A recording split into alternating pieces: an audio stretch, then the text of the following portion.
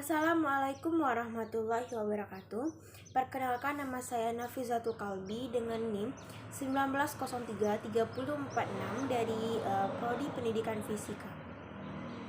Baiklah, pada tugas kali ini saya akan meresume materi yang berjudul administrasi dan supervisi pendidikan. Yang pertama yaitu yang perlu kita ketahui ialah pengertian dari administrasi pendidikan.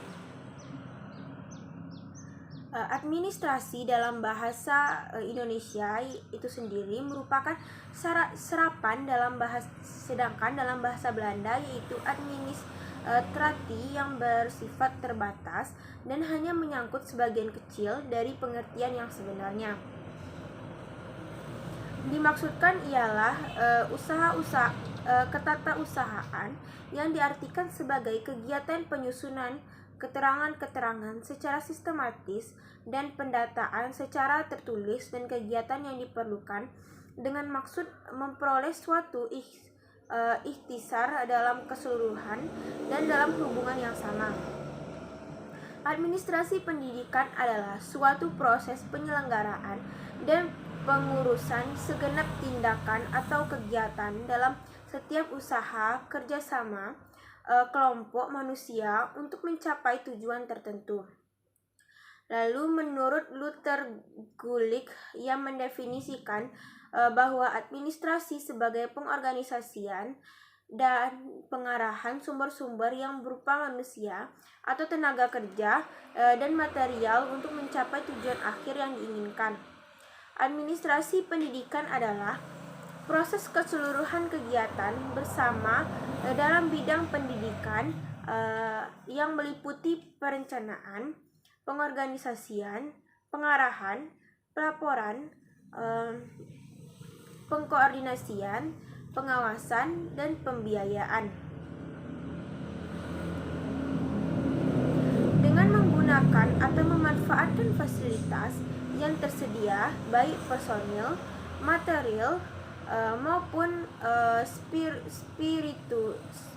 spiritual yang mencapai tujuan pendidikan secara efektif dan efisien. Jadi, dengan lebih memperhatikan aspek administrasi pendidikan, maka diharapkan tujuan pendidikan atau target program pendidikan dapat tercapai secara efektif dan efisien.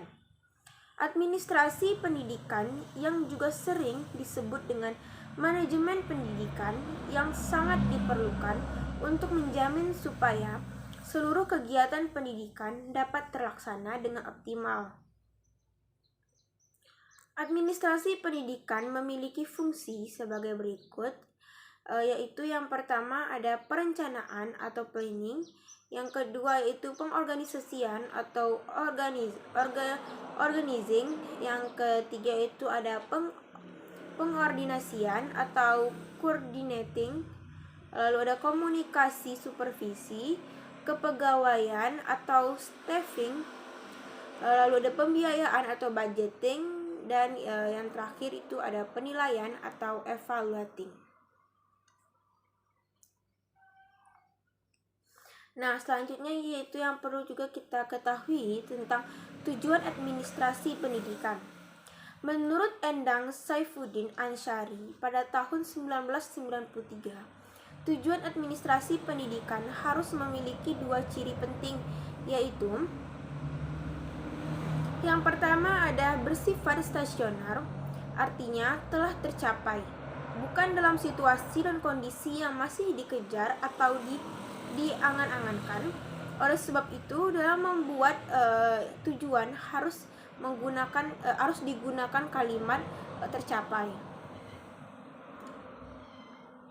Yang kedua, itu ada semua yang telah dicapai sesuai dengan yang dimaksudkan, tidak menyimpang dari harapan. Demikian pula dengan tujuan administrasi pendidikan, stasioner dari kajian administrasi pendidikan dimaksudkan untuk mencapai target yang dimaksudkan. Apabila administrasi pendidikan berprinsip pada prinsip efisien, prinsip pengutamaan, tugas pengelolaan, prinsip kerjasama, prinsip kontinuitas, prinsip fleksibilitas, lalu ada prinsip pendidikan seumur hidup, dan prinsip kerjasama. Nah, tujuan administrasi pendidikan pun diarahkan pada semua hal tersebut.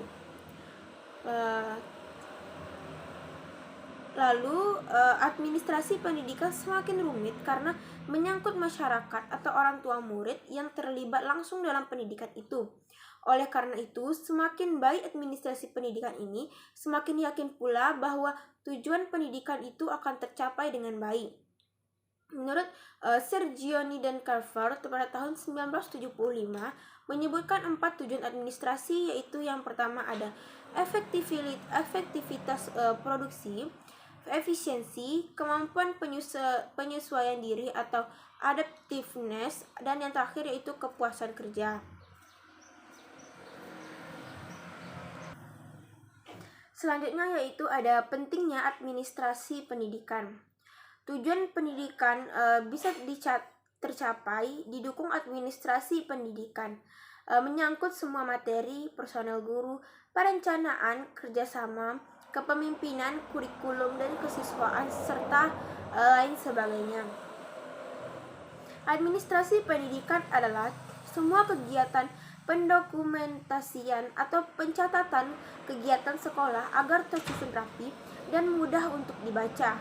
Hal ini memudahkan untuk keperluan evaluasi dan monitoring suatu kegiatan. Juga memudahkan untuk pelaporan kegiatan tertentu, misalnya dalam administrasi kurikulum, kegiatan pencatatan absen kelas, pembagian jam mengajar guru, penilaian rapor, serta sangat penting untuk dilakukan. Kemudian di bagian kesiswaan seperti pencatatan keterlambatan siswa, prestasi siswa, pelanggaran disiplin diperlukan untuk mengevaluasi proses perkembangan pribadi siswa. Nah, itu tadi pentingnya administrasi pendidikan. Selanjutnya yang perlu kita ketahui yaitu adalah fungsi atau proses dari administrasi pendidikan.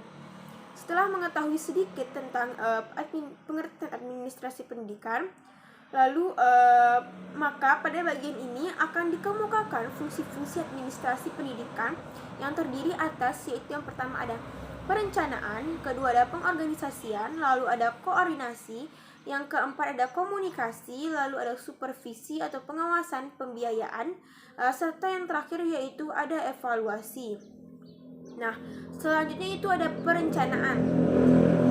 Perencanaan itu langkah-langkahnya yaitu yang pertama ada menentukan atau memutuskan tujuan, lalu ada mengidentifikasi masalah atau pekerjaan yang akan dilakukan, lalu ada menghimpun data dan informasi yang diperluaskan, lalu ada menentukan tahap-tahap kegiatan, merumuskan bagaimana masalah itu akan dipecahkan, dan bagaimana tahapan pekerjaan dilakukan. Lalu ada pengorganisasian, itu yang pertama ada mengidentifikasi serta menggolong-golongkan tugas dan tanggung jawab. Lalu ada menentukan dan mendistribusikan ketenangan, tugas, tanggung jawab, dan wewenang. Lalu ada merumuskan aturan-aturan dalam hubungan kerja. Dan yang terakhir yaitu adanya kesempatan yang sama bagi semua anggota. Nah, selanjutnya yaitu ada koordinasi atau coordinating, yaitu adanya bermacam-macam tugas atau pekerjaan yang dilakukan oleh banyak orang, memerlukan adanya koordinasi dan seorang pemimpin. Dengan koordinasi yang baik dapat dihindari kemungkinan terjadinya persaingan yang tidak sehat atau kesimpang siuran dalam tindakan. Nah, selanjutnya itu ada komunikasi. Komunikasi itu juga ada beberapa unsur yang perlu kita ketahui. Yang pertama itu adanya keinginan untuk berhasil, lalu adanya kerjasama, adanya kejelasan tentang apa yang hendak dikomunikasikan, adanya keyakinan bahwa perubahan yang dianjurkan membawa hasil positif, dan yang terakhir yaitu adanya keinginan untuk menentukan, menolak ataupun menerima apa yang dikomunikasikan, yang dianjurkan, dan sebagainya. Lalu ada supervisi pengawasan, itu ada menentukan kondisi apakah yang diperlukan dan memenuhi atau melengkapi syarat-syarat yang diperlukan. Lalu ada kepegawaian, pembiayaan, serta pembiayaan. Terakhir itu ada pembiayaan. Nah, lalu ada ruang lingkup administrasi pendidikan. Lingkup administrasi pendidikan menggambarkan sudut pandang terhadap administrasi pendidikan. Secara umum, sudut pandang terhadap administrasi pendidikan dapat dikelompokkan menjadi 3, yaitu sudut pandang proses, sudut pandang esensi atau substansi, dan yang terakhir yaitu ada sudut pandang substansi kerja. Nah, bidang-bidang yang tercakup dalam administrasi pendidikan adalah sangat banyak dan luas. Tetapi yang sangat penting dan perlu diketahui oleh para kepala sekolah dan guru-guru pada umumnya adalah yaitu yang pertama ada bidang tata usaha sekolah, lalu ada bidang personalia murid, lalu ada bidang personalia guru, lalu ada bidang pengawasan atau supervisi, dan yang terakhir yaitu ada bidang pelaksanaan dan pembinaan kurikulum. Nah, sementara itu menurut Dr. Hadari Nawawi, ia menyatakan bahwa secara umum ruang lingkup administrasi berlaku juga di dalam administrasi pendidikan. Nah, ruang lingkup tersebut meliputi bidang-bidang kegiatan yaitu seperti manajemen administratif dan manajemen operatif. Nah, sekian penjelasan dari saya mengenai resume administrasi dan supervisi pendidikan. Semoga apa yang dapat saya jelaskan bermanfaat dan mudah dimengerti. Sekian penjelasan dari saya. Saya akhiri dengan wassalamualaikum warahmatullahi wabarakatuh.